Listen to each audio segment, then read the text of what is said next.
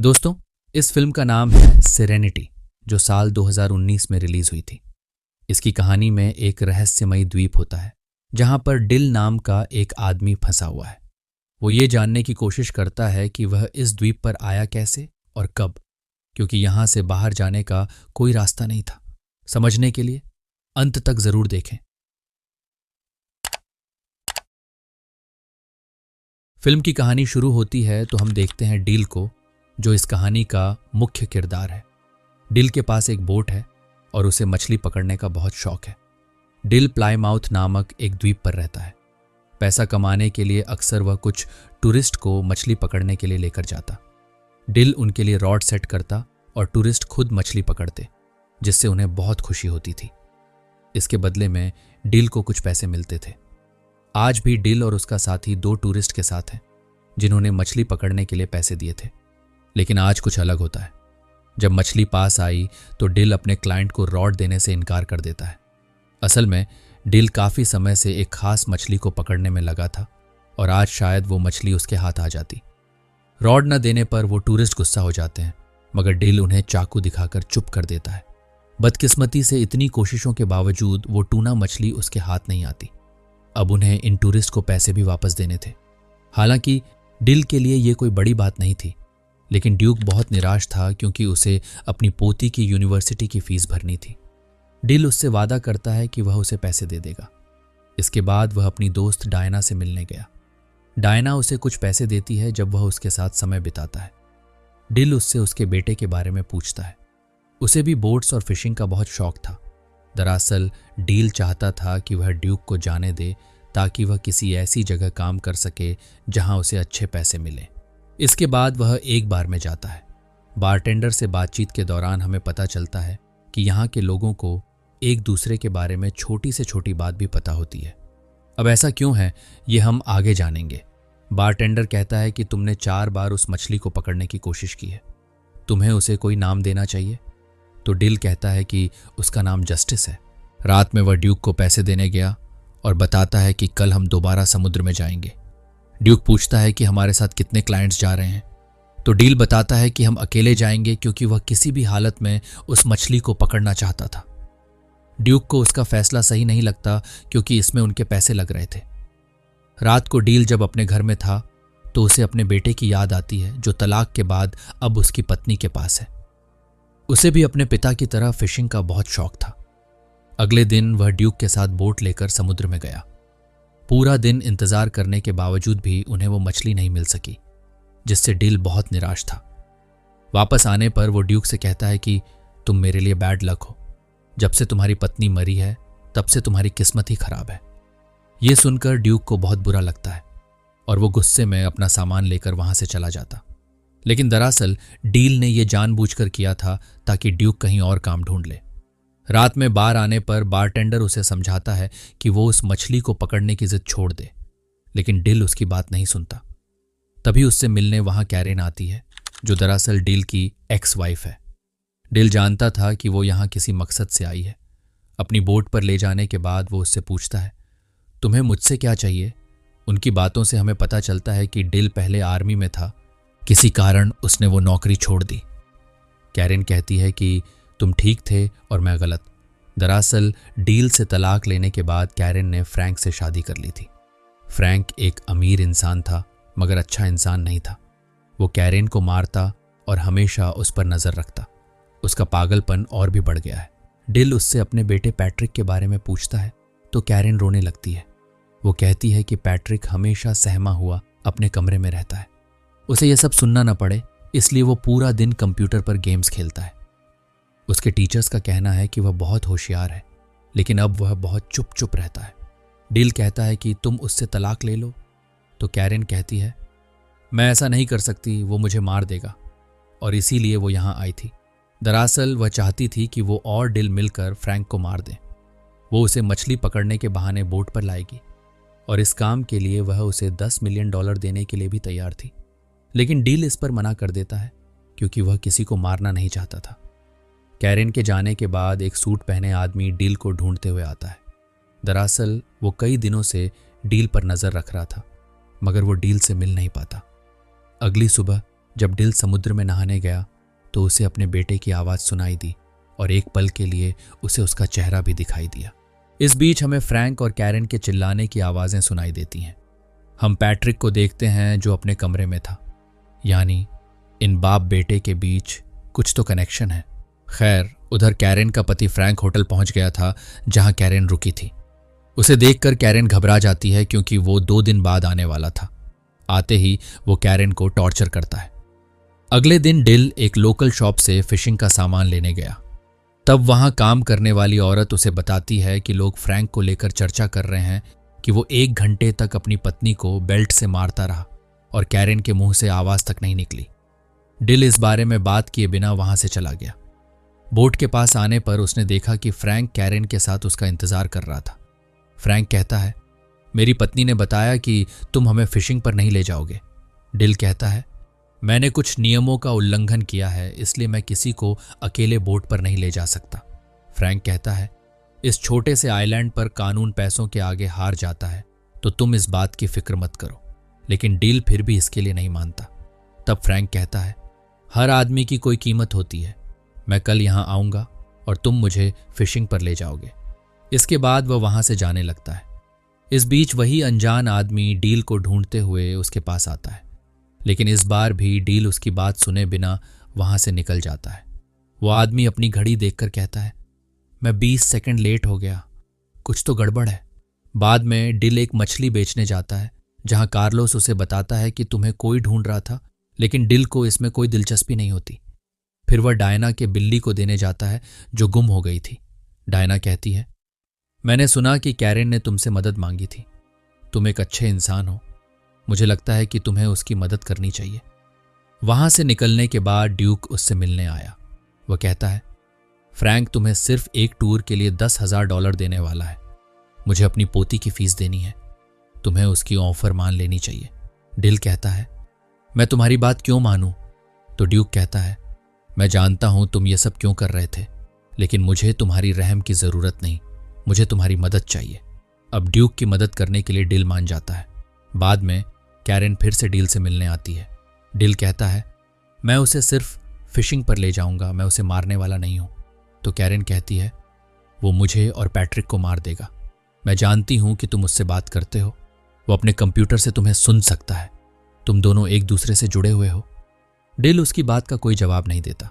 खैर, बाद में जब वह और ड्यूक समुद्र में होते हैं तो डिल अपने दिल की बात कह देता है कि उसे यहाँ कुछ गड़बड़ लग रही है। फिशिंग के दौरान डिल फ्रैंक से पूछता है कि क्या उसके बच्चे हैं। तो फ्रैंक कहता है, मेरा एक सौतेला बेटा है, मैंने उससे दोस्ती करने की बहुत कोशिश की, लेकिन वो पूरा दिन अपने कंप्यूटर पर लगा रहता है।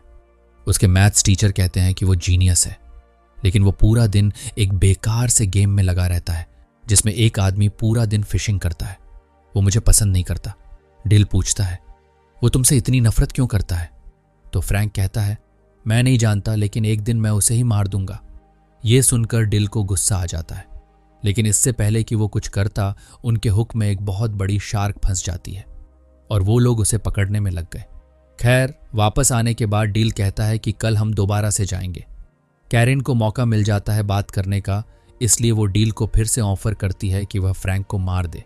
कैरेन कहती है कि पैट्रिक भी यही चाहता है। ये सुनकर डिल सोच में पड़ जाता है। ड्यूक ने भी उनकी बातें सुन ली थीं।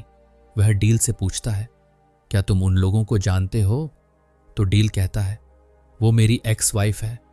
आर्मी में नौकरी के दौरान मैं एक जंग पर गया था। वहां से लौटने के बाद मुझे पता चला कि वो फ्रैंक के पास जा चुकी है। ड्यूक उसे सलाह देता है कि हालात चाहे जैसे भी हों, उसे किसी को मारना नहीं चाहिए। रात को डिल कैरेन से मिला और अब वह इस बात के लिए राजी हुआ कि वह फ्रैंक को मारेगा। उसे बस पैसे चाहिए। वह ये सब प्यार व्यार के लिए नहीं कर रहा। जब डिल घर आया तो वही अनजान आदमी उससे मिलने आया था जिसे हमने फिल्म में कई बार देखा। खैर, वह एक डिवाइस लेकर आया था जिससे डिल उस ट्यूना मछली को पकड़ सकता है जिसे पकड़ने का सपना डिल बहुत समय से देख रहा है। और ये डिवाइस वह आदमी डील को मुफ्त में देने वाला था। उस आदमी के मुंह से निकल जाता है कि यही खेल का नियम है और मैं ही नियम हूं। यह सुनकर डिल को अजीब लगता है और उस आदमी पर शक भी होता है। इसलिए वह उसे धमकाता है और पूछता है कि बता, तुम कौन हो? तब वह आदमी, जिसका नाम रीड है, बताता है कि असल में ये सब असली नहीं है, ये बस एक खेल है। और खेल का नियम है कि यहाँ कोई मरेगा नहीं। तुम एक कैरेक्टर हो और तुम्हें उस ट्यूना मछली को पकड़ना है। डील को उसकी बातों पर विश्वास तो नहीं होता, मगर इस जगह को लेकर उसे हमेशा शक रहता था। उसे याद ही नहीं था कि वह कब यहाँ आया और कितने समय से यहाँ है। वैसे यहाँ दर्शक ये जान जाते हैं कि ये खेल शायद उसके बेटे ने ही डिजाइन किया है, मगर क्यों और किस लिए? रीड का कहना था कि पिछले कुछ दिनों से गेम में गड़बड़ है, यानी जिसने ये गेम बनाया है शायद वह चाहता है कि अब तुम उस आदमी फ्रैंक को मारो। मगर मेरे नियमों के मुताबिक इस द्वीप पर किसी को भी मारना मना है, इसलिए मैं तुम्हें नियम बताने आया हूं। और मुझे खुद भी नहीं पता कि जिसने ये गेम बनाया है वह नियम क्यों बदल रहा है। डील को उसकी बात बकवास लगती है। अगली सुबह डील ने महसूस किया कि वह अलार्म से पहले उठ नहीं पाता, जो इस बात की ओर इशारा करता है कि शायद सच में वह किसी गेम में है। हर जगह उसे बस एक ही बात सुनने को मिल रही थी, जाओ और उस मछली को पकड़ो। डिल याद करने की कोशिश करता है कि आखिर वह इस द्वीप पर आया क्यों और कब, मगर उसे अपने दिमाग में ऐसी कोई भी याद नहीं मिलती। वह अपनी गाड़ी में बैठकर काफी आगे निकल जाता है और अब उसे महसूस होने लगता है कि यह सब सच नहीं है। वह खुद से बातें कर रहा था। तभी उससे मिलने डायना का बेटा सैमसन आता है। वह कहता है, आपको किसी की जरूरत थी, क्या मैं आपके साथ काम कर सकता हूं? इस पर डील हंसने लगता है और कहता है, जब मैंने तुम्हें इस गेम से मांगा था तब तुम मुझे नहीं मिले और अब यह गेम मुझे सब कुछ दे रहा है। डिल वहां से चला गया। अपना शक दूर करने के लिए वह स्टोर के मालिक से कुछ सवाल पूछने लगा, मगर वह हमेशा बात को बदल देता है। फिर डिल फोन करके ये पता करने की कोशिश करता है कि रीड असली है या नहीं। उसे जवाब मिला कि रीड असली है। सबसे तंग आकर डिल बार में गया ताकि वह ड्रिंक कर सके, लेकिन बारटेंडर भी उसे वही बात कहता है। वह कहता है, क्या आज तुम फिशिंग करने नहीं जा रहे? तुम्हें काम पर जाना चाहिए। टूरिस्ट्स को मत लेकर जाना, वे हमेशा तंग करते हैं। यानी गेम के नियम उसे फ्रैंक को न मारने के लिए कह रहे थे, लेकिन पैट्रिक के दिमाग में कुछ और ही चल रहा था।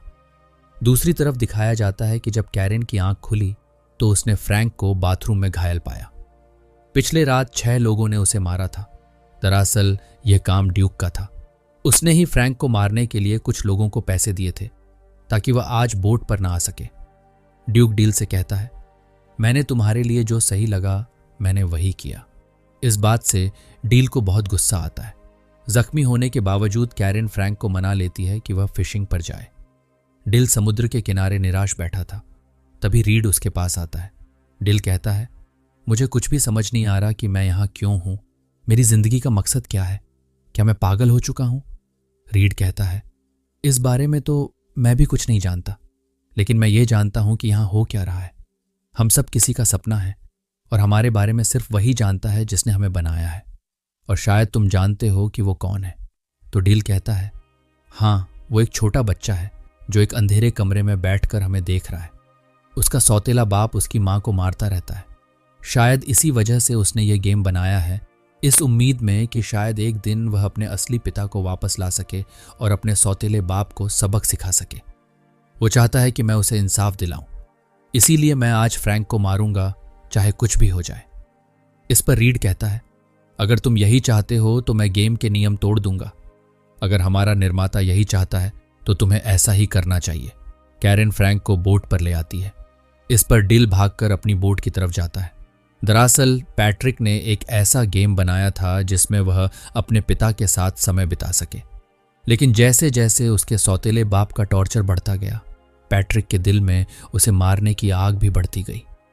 पैट्रिक बस यही चाहता था कि उसे कोई संकेत मिले कि फ्रैंक को मारना गलत नहीं है। इसलिए उसने गेम में डील को सोचने की इजाजत दी ताकि डिल अपने दिल की सुने, और जो भी उसका फैसला हो पैट्रिक भी वही करेगा। यही वजह थी कि गेम उसे बार बार याद दिला रहा था कि उसे बस मछली को पकड़ना है, लेकिन डिल की सोच बदलने लगी थी। खैर, डिल बोट के पास पहुंचता है जहां फ्रैंक और कैरेन पहले से ही मौजूद थे।